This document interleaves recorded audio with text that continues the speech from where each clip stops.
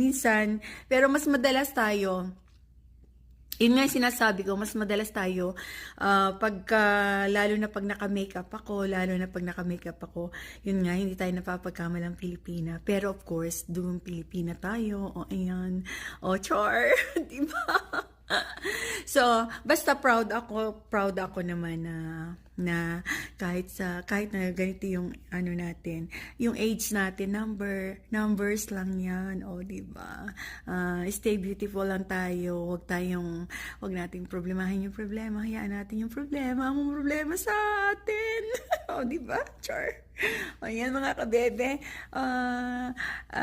Maraming salamat sa mga nagwa-watch, sa mga nagpa-follow sa akin, sa mga nagsusupport sa lahat ng mga kabebe ko. Ayan.